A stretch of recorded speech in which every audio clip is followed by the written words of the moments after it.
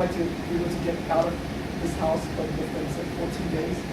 If you're willing to discount an extra $8,000, so like at $42,000, I can close it within the next 15 days, or I can still buy it at $50,000 and close it in 30 days. Which one would work for you, Paul? This means about how fast I need to get. Okay, so you pick one. Which one? Which one I do? Yeah. I'm a cheap person, so I'd wait for the 30 days. Great. Yeah, so we'll do 50,000. Either way, the numbers work for me, right? And so great. So we'll do 50,000. Okay. So I get the property on the sign. And in my contract, like I don't even say earnest money because so he doesn't even ask for it. And if he does ask for it, I said, Paul, our company, we buy houses throughout the month. And this is how we normally do business. We don't use earnest money because we don't want to have a bunch of money tied up everywhere. And so, in order for us to be able to close on the house quickly without cash, is that we want to reserve all of our cash for the deals that we actually buy instead of having that earnest money. And so this is how we normally do it. Like this is how we do it. When you use a word like this is how we normally do it, it becomes acceptable. It's like in this business, as you learn about negotiation, is that the words that you use makes a huge difference. So yeah, you just tell them something normally you don't put out. Okay. And most sellers, Paul, what's important to you? To have your house sold within 30 days, or worrying about $100 in earnings. Yeah, exactly, right? So that's what we do. We help you do that, right? So then I get a property in contract with Paul, and I know Lana is one of my cash buyers, or that she has cash buyers. Hey, Lana, I got this awesome deal. Okay. I just got this $100,000, needs $10,000 for repairs. I just got a contract for $50,000. I'll sell it to you for $60,000. Want it? Yes, you know what? That is the best I can do. Because if this is brand new, I just got these deals, I blast it out, I'll probably sell it at $65. Right. So Lana says yes, and that contract that I just signed with Paul, I signed an assignment with Lana, and now I'm out of the picture. So at closing, Lana's going to go closing with Paul, and then the title company will pay my fee at closing. And Paul doesn't know mine. But I don't ever know. Yeah, he doesn't even know until closing that someone else is coming to sign. But I never see him get paid or someone. That's Right. only a blind hunt. Yeah, it's only blind hunt, but a lot of times, like even a lot of deals that I do, the seller know how much I'm assigning this for. But after closing, they really don't care. Yeah. It's like, well, Paul, you got the $50,000 you wanted, right? Yeah, we're ready to close, so you can get the $50,000 you want. See, the minute you get a property under contract with the seller, he already spent that $50,000. Like he already know what he's gonna do with that $50,000. So yeah, at closing, even if he knows that I'm gonna make $10,000, like for him, he's like, yeah, I don't care how much you make. Like I got my. I'll give you an example. Why is it going to sell it for $50? There's many reasons. It's just, I mean, to find the sellers, well, I guess that's another reason. Well, yeah, it's next week, but I mean, that's why, we cannot buy houses from any sellers. We only buy houses from motivated sellers. Meaning, there has to be a reason why they need to sell the house, not want to sell the house. That they have to sell the house. Under your contract, can he back out at the closing table? It's a legal one. It's a legal binding for both parties. So if he does back out, I have the right to sue him. If I back out, he has the right to sue him. Yeah. So it is legally binding. So if he backed out, then you could file title on it. Right. Okay. Yeah. So I've done that. So if you as a wholesaler, let's say, I guess, how long do you have to find the buyer? I'm saying, let's say if I say, hey, I want to close in 30 days, in that contract, is it the option period or the No. inspection period? Or Well, is there- we normally use a term called subject to final inspection and subject to final inspection and appraisal approved by buyer. Meaning, anytime during that 30 days, I can back out of it. Because let's say on the day of closing, I came and inspect the house, and the house, has some extra trash in it. So you can still back out of it? within I that can, 30 as a days. buyer, yeah. But if that 30 days expires, you can go close back, because that's you can be sued if you try to get out of it at that point. No. Okay. I'm Let trying to understand. let me say it this way. Okay. If I did not put in they call it an out clause, right? If I did not put in an extra clause for me to get out of the contract, then yes, the seller can sue me. So let's say if I didn't put in any clause, then I'd say I'm going to close it within 30 days. And if I don't close it within 30 days, right, I can lose my owner's money, or the seller can sue me for non-performance. Okay, so in that case, let's say, so you got it under contract, and you try to go out and wholesale it, and you can't find a buyer, what happens? Right. So because I have an out clause that subject to buyer's final inspection and appraisal approved by buyers, I can come back to Paul and say, hey Paul, I got the house inspected, it needs way much more repairs than I thought it was going to be. So I still can do the deal, but I can't pay you the 50 that you're asking for. But I can do it at 40,000. Okay. Or maybe it's not the repairs. Maybe it's the value. It's like, Paul, I thought I could do it because I thought it was worth 100,000, like you told me that it's worth. But I checked and it's only worth 80,000. And so I really can't buy that for the 50,000 that you're asking, right? Because it costs us a lot of money and a lot of risk to buy a property, fix it up, and so it's not worth our risk, and we don't want to be in the business to lose money. So in that contract, is there a standard 10-day, 30-day, that out period that you have? The whole contract is the out period. There's no option period. It's just the whole 30 days is my option. That is,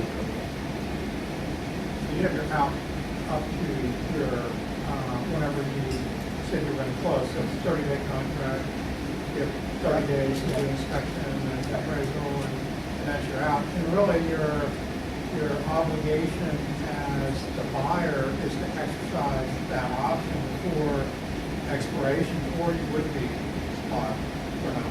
Well, yeah. If you don't have a clause, we can let you exit out. Yes. Yeah. You don't have a what? A clause like. Oh. So, what's the verbiage subject to? Yeah, subject to final inspection and appraisal approved by buyer. So within that 30 days, you can walk away with anything. Yeah, walk away with it. And you can just use either the house needs too much repair, which is inspection, or the house doesn't have the value that you bought it with, which is appraisal. Subject to final inspection and appraisal by buyer. Approved by buyer. Like you have to approve it. So essentially what you're doing, under contract, going to the market, if you can't flip it for what you thought, then you can come back and say, hey, well, it needs more work, whatever, either get the price down or you walk away. Correct. Yeah. And so, majority of the time when we can't sell it, we will be able to negotiate the price down. I would say 80% of the time we're able to negotiate the price down. And then the 20% sell it, say, no, I can't do it. Or like we had a case recently where we found out after doing the title search that the seller owes more on the taxes than what we offer them. We just can't do it. But yeah, so it's a different. But I mean, it really is like no risk. Okay. Do you let the seller know that you're going to wholesale it? That you may resell it? I tell the sellers that I'm in the business of buying and immediately resell houses.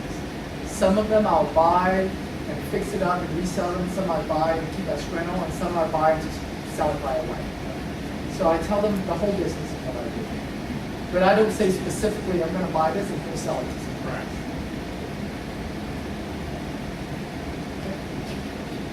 Alright, and with wholesaling, you get paid very quickly, right? So I'll give you an example. So that deal that I told you about, how from the time I saw it to the time I bought it was within 6 hours. Well, that wholesaler got paid in 6 hours from the time she showed me the product.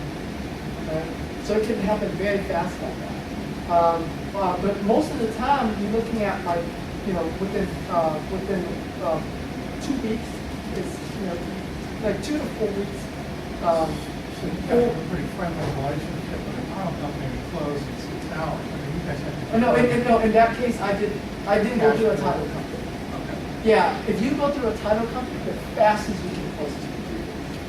How many? 3 days. I'm sorry, so how did you do it? I did my own title search. Right. I did my own On the inspection. title. Yeah, it's all based on my judgment.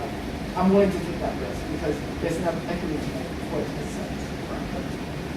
Yeah, so I'll give you an example. Like, let's say if the seller has a property for $1 million that's worth $1 million.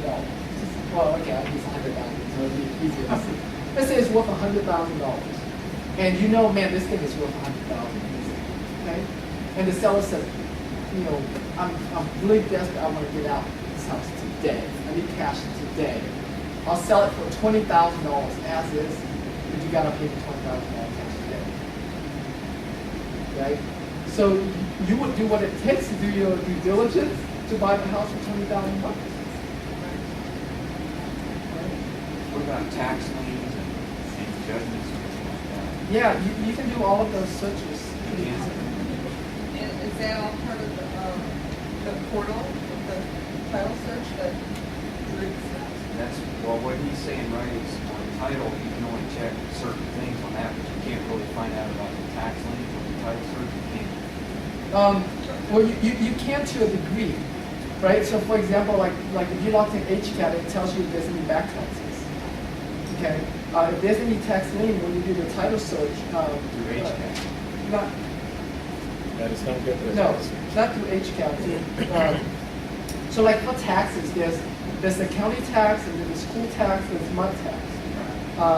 Typically if they have a website, you can check that like the county tax. It's easy to check.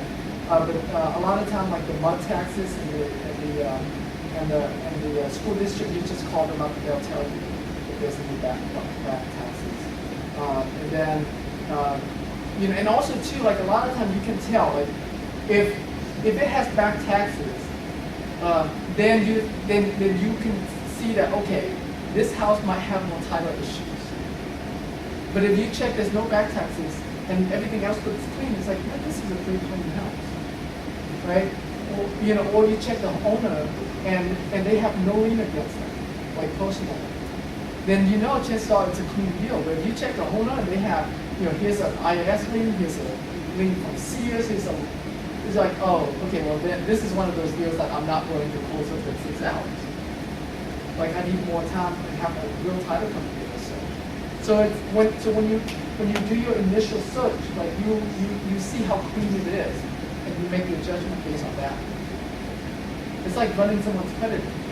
If someone has a clean credit report, no late payments, you feel pretty safe to rent the house then and sell them on financing. But if you run the credit and they have a bankruptcy, you're like, oh, okay, well, I really need to do more searches on this before I make that kind of decision. Like same thing, right? So yeah, but most of the deals, like you get paid really quick. You get the deal sold. If you haven't sold the deal within 7 days, typically the house needs way more repairs than you bought, or your price is too high. So within 7 days, you have a really good sense. What is the title cost, title company cost? Comes out of your 10,000 that you're making, or? No, typically the buyer will pay Buyer for will it. pay. Yeah, so when we make offers with the seller, we'll tell, hey, Paul, $50,000, okay, all your closing costs except for the taxes and other liens. But as far as like closing costs charged by the title company, we pay for it. And then we'll pass that on to our buyers. So we net whatever else. And the seller pays the lien and the. Yeah. Right. So yeah, we don't care if he has $1 million in IRS liens, as long as he has a way to cover for it, we'll buy the house. And I have done deals with sellers over $1 million in IS things. Do it a little bit differently, where I get the IS to release the lien off of the house, but keep it on him. Because one time, somebody told me, the seller's taxes and all their business has to be cleaned before the title has to be transferred to the new buyer. Well, it doesn't have to be. It doesn't have to. I've sold houses with dirty title, like with problematic title, and I bought houses with problematic title. But it depends on what kind of problem it is and whether or not I'm willing to take that risk. That second house, I'm off my wholesale. And so we closed on it, we had it sold it all in like 5 weeks. And so the title was still, the house was still in the name of that original buyer, but the bill of paperwork hadn't made it up. And so when the title company ran the information, they came back and said, well, one, you're not showing it to the owner, and two, there's a bunch of liens against this guy who owned the house before. And I was like, well, we had to go back to the first title company that ran it, and he had paid off all the liens, with the money that he made from the house.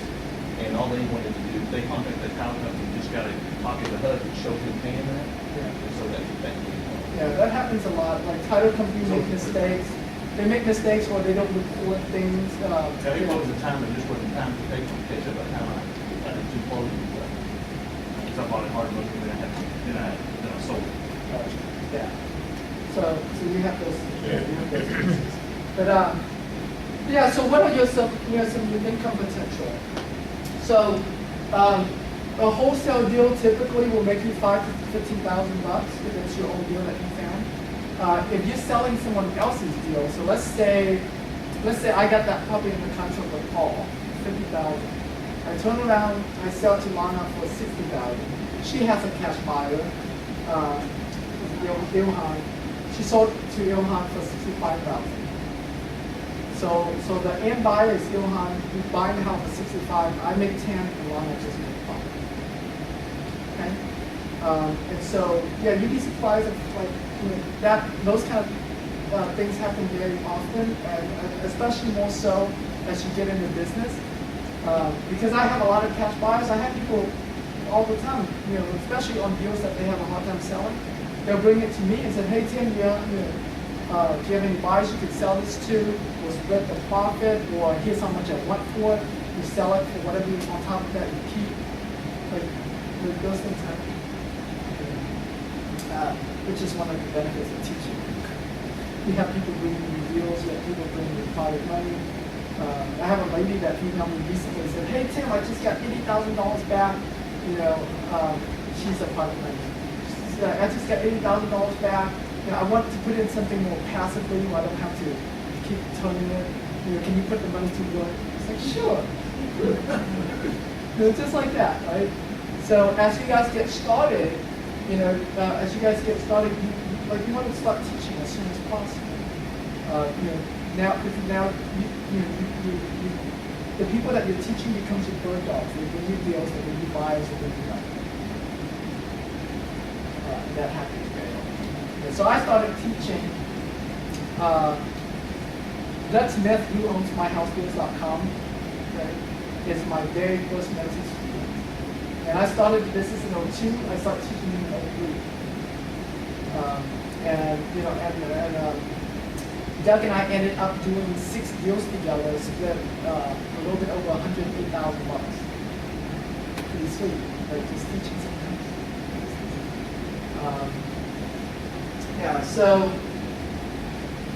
So there are, 3 main types of buyers actually.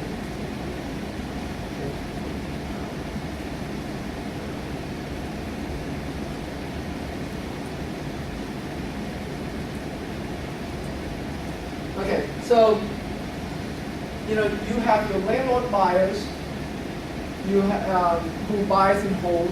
You have your rehabber buyers who buy, fix up, and resell, right? And then you have your contractor owner occupant buyers who buy the house as is, fix it up themselves, live in it, and maybe decide to sell it. A lot of these contractors, buyers happen more so in the lower income area, where they can buy a house for $20,000-$30,000 purchase money. Yeah. So that you have those buyers, and typically the kind of buyers that you want are the kinds that it's going to either pay cash, use business lines of credit, or use lines of credit, use private money or hard money. You're not dealing with, in wholesaling, you don't want to deal with buyers that use conventional loan.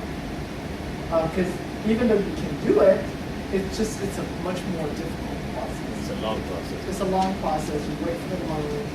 You have to do stuff so that way the bank doesn't know that you're making an assignment fee on it. I've done it many times. It's a harder thing to do. Yeah. So, like I said, landlords are the ones that buy, fix, and rent the property. Rehabbers are buy and hold. Okay. So if you look in terms of, I'm going to move this up here. The rehabbers, they're the ones that like to stay with the formula, meaning they want to buy at 65 or 70% of ARV, which is after repair value, minus repairs. So if it's worth $100,000 and it needs $10,000 to repair, right? So 100,000, 70% of 100,000 is 70,000. 60,000. Minus 10,000 is 60,000 bucks. That's how much they want to buy it in for. So if I get the property under contract with Paul for 50,000, then I can make 10 grand off of that. Okay? Now, on the other hand, a landlord buyer doesn't necessarily use that formula. They use a different cash flow formula. They say, hey, if it's, if I can get a 12 cap on it or 10 cap on it, I'll buy it. Right? That's a different formula. And that formula is based on how much can it rent for. So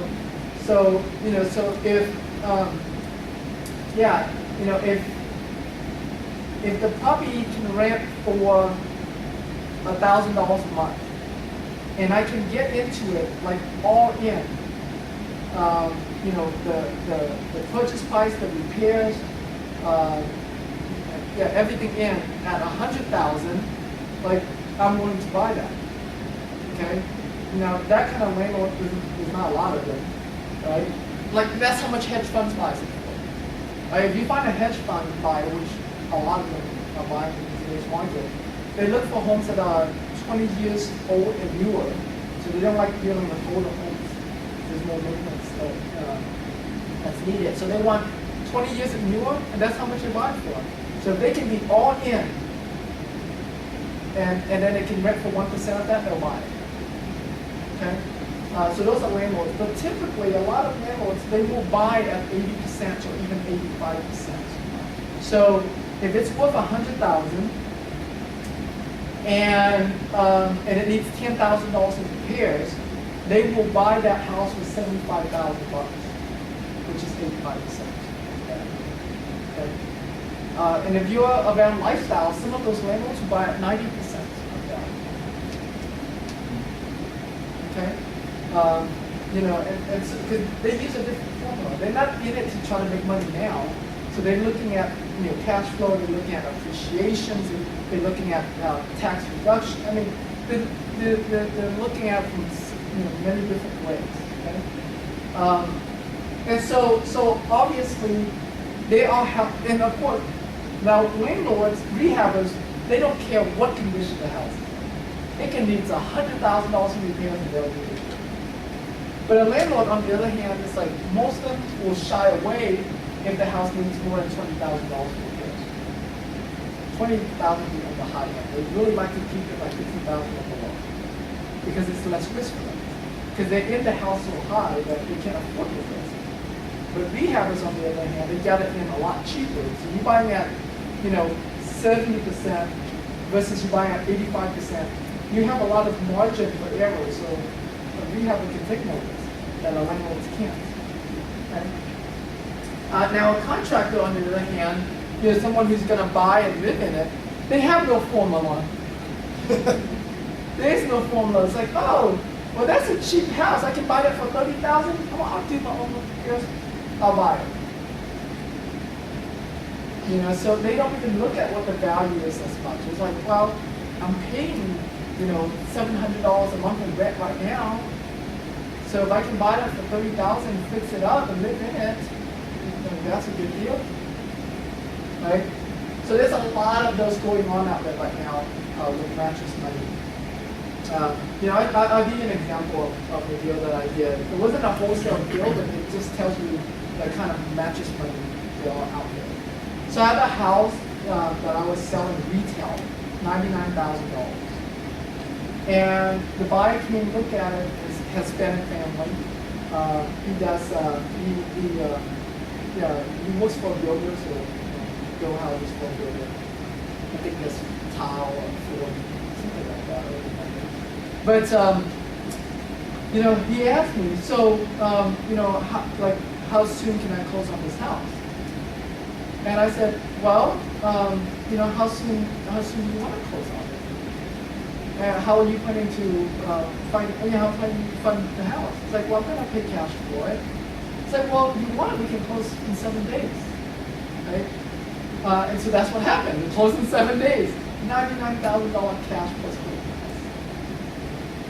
Right? Now that's a bad case, but it does happen. It tells you how much mattress money is out there.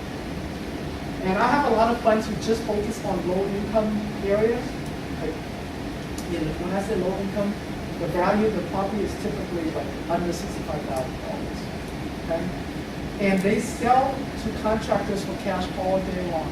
They don't sell to other investors. So they get properties under contract from homeowners for $8,000 to $10,000, sell it to contractors for, you know, $15,000, $20,000, $25,000. Okay. All right, so we're going to talk about, you know, how to find landlord buyers today, and how to find cash buyers as well. Okay. Eventually. So I'll talk about how to find cash buyers first. So one of the things that you can do to find cash buyers is to spy on your competitors, like to find out, you know, other wholesalers, okay, and what houses that they have under contract. So I'll give you an example. Let's say you're on our list, right, and you see these houses, and then you saw that it was sold. 30 days later, you check HCAT and see who it was sold to. Now you know the buyer that bought it. And typically within 30 days, chances are the buyers are still out there fixing the house. So you can go to the house and talk to them. If they're not there, typically they're contractors are there fixing the house. Like, hey, you know, so you check on HCAT, you know who bought it. So you know Ilhan bought it. So you come out and the contractor is like, hey, is Ilhan here? And the contractor says no. Like, hey, you know, can I have his phone number or her phone number? Because I'm trying to get a hold of her. And, you know, a lot of times they give it to you. So it's a shortcut way to find end buyers that you know are real buyers because they bought properties from other websites. Is this available to us? This line? Presentation, should I be taking on a note? Can I just listen, or? I'll make it available. I just don't know if this is. Yeah. If I take so many notes, then I don't listen to something. Right. Because I'm really tired. Yeah, I'll just tell you guys where to download the software. So, because this is a special software. Yeah. It's called Mind Map software, so it's what I use to. Yeah. If it's not, that's fine, I understand. No, that's fine. Yeah, that's fine. Okay. So.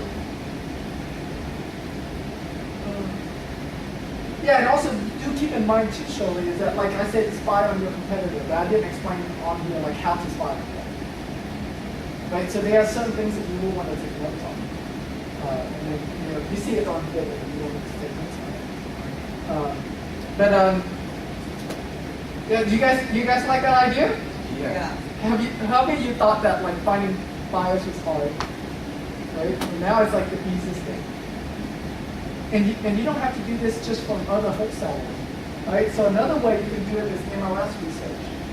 So you can actually get on the MLS and get a list of all the properties that were sold to a cash market.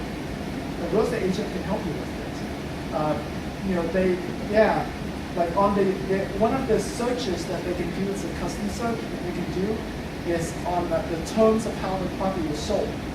So if you use the terms cash, and so so typically, I'll search for foreclosure cash. So if the disclosure is foreclosure and it's sold for cash, then I'll do that. And in some of these properties, you'll see that sometimes the realtors themselves, the realtor that was the buyer's agent, they are investors. They're the one that bought it. So if it's a realtor and you get on the MLS, their contact information is already there. Just call them up. But if it's not the realtor, you can go to the house. You can do the search just like I showed earlier. Go to the house. Chances are the buyer's still out there fixing it. It's for many days. And if not, if you can't get a hold of the buyer, you can call their realtor that sold them that house, and say, hey, I have a deal. I noticed that you sold it to your buyer in that same area, and here's how much I'm selling it. The buyers that are buying on the MLS are paying a lot more than the buyers that are in the investor network.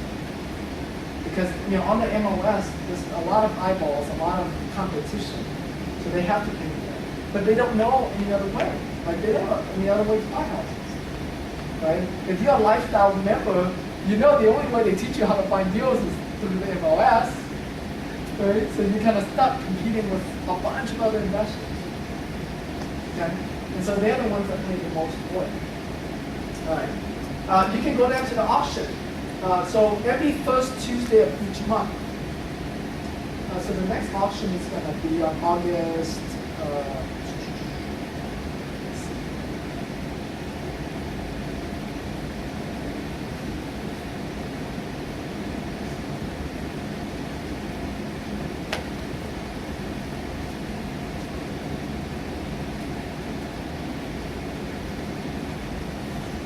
Wow, you remember I told you there's an auction going on, right? There's a buyer that has $50,000 down.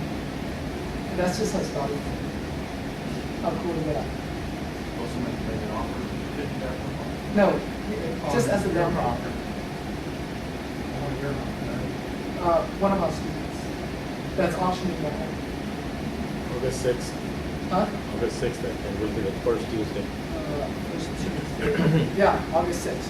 So on August 6th, you can go to the Family Law Center in Harris County. You'll be there with like 2,000 other people in a small room like this. No bigger than this room. But a lot of properties I went there are selling more than what they're worth. Oh, So I yeah. don't know why. Yeah, every time I go down there and try to bid, because I don't normally buy off of the auction, but sometimes I have to buy it from the auction because, like, I'll give you this. I had a seller that the seller was sick. He was in the hospital. He can't sign the paperwork, and the auction was, was on Tuesday, and like I'm just now talking to the kids. So there wasn't enough time for me to get an attorney to sign off for the seller and all of that stuff. So I had to go to the auction and buy it, and I got outbid. And then the bank calls me up and said, hey, you know where I can find the seller? Because he had a lot of equity in the home. So the bank was sending him $15,000 after the auction. So I gave them the kids' information. But yeah, the auction it's like the MLS. It's like way too much competition. I like to go where there's hardly, there's hardly any competition. So that's what you guys got to learn a lot about how to find sellers so that you don't have to compete alone. Another way that you can also search to find buyers. So at the auction, you can, you meet them live. So you just get the business cards and build your buyers list that way. You can also do this. There's a few trustees that has a lot of properties. Okay, and you can find out how that trustee recorded his deed.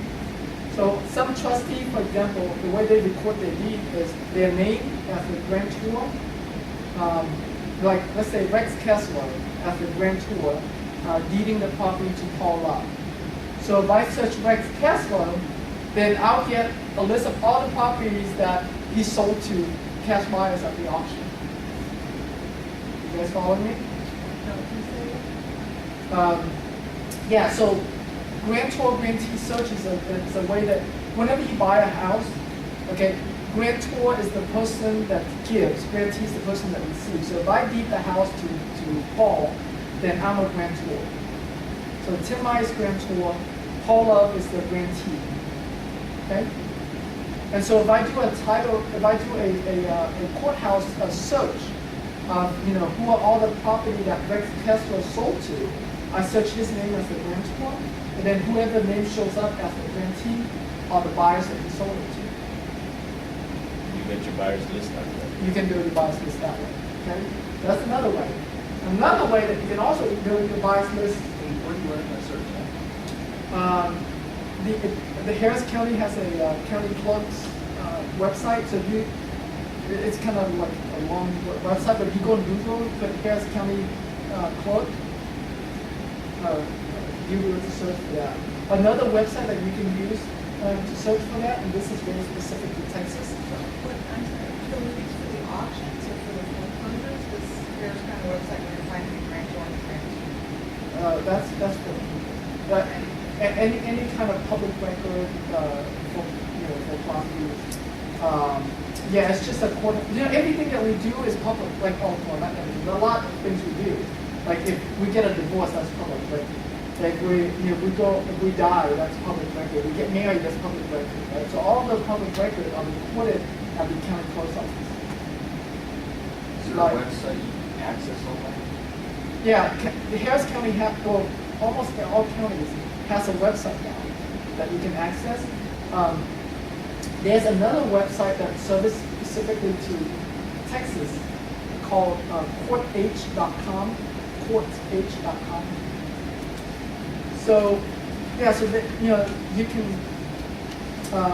on there you can search different counties, and then if you want to get the image, then they charge you money for the image. But the search itself is free. Which the search itself, you can see the buyer's name already. You don't need the image to see that. Okay. So courth.com. So that's The letter H. yeah, like courthouse And that's public records for all of these recording stuff. Texas. They're for Texas. Well, yeah, mostly Texas. They have, I don't know if they have expanded it beyond Texas, but most of their services is only here in Texas. Yeah, but like it depends on the county. So I'll give you an example. Like if I'm working with Harris County, then I'll use Court H to do the search because the search is easier to use than the Harris County one. And Harris County doesn't provide the image for free anyway, so it's not like I can use the image. But if it's for Fort Bend County, the Fort Bend County search is pretty easy to use, and they provide the image for free. So I would go to Fort Bend County and search directly there instead of using Court H. Because using Court H, I would have to buy the image. So there are times when you use directly from the county, and there are times when you use Court H, depending on what that county's website is. Tim, are we gonna get a little break here? I wasn't planning to. You need a break. I don't wanna miss anything. All right, let's take a. How about can we do 5 minutes? Is that good enough? That'd be perfect. All right. Thanks. I'm the one who's doing most of the talking. Just kidding.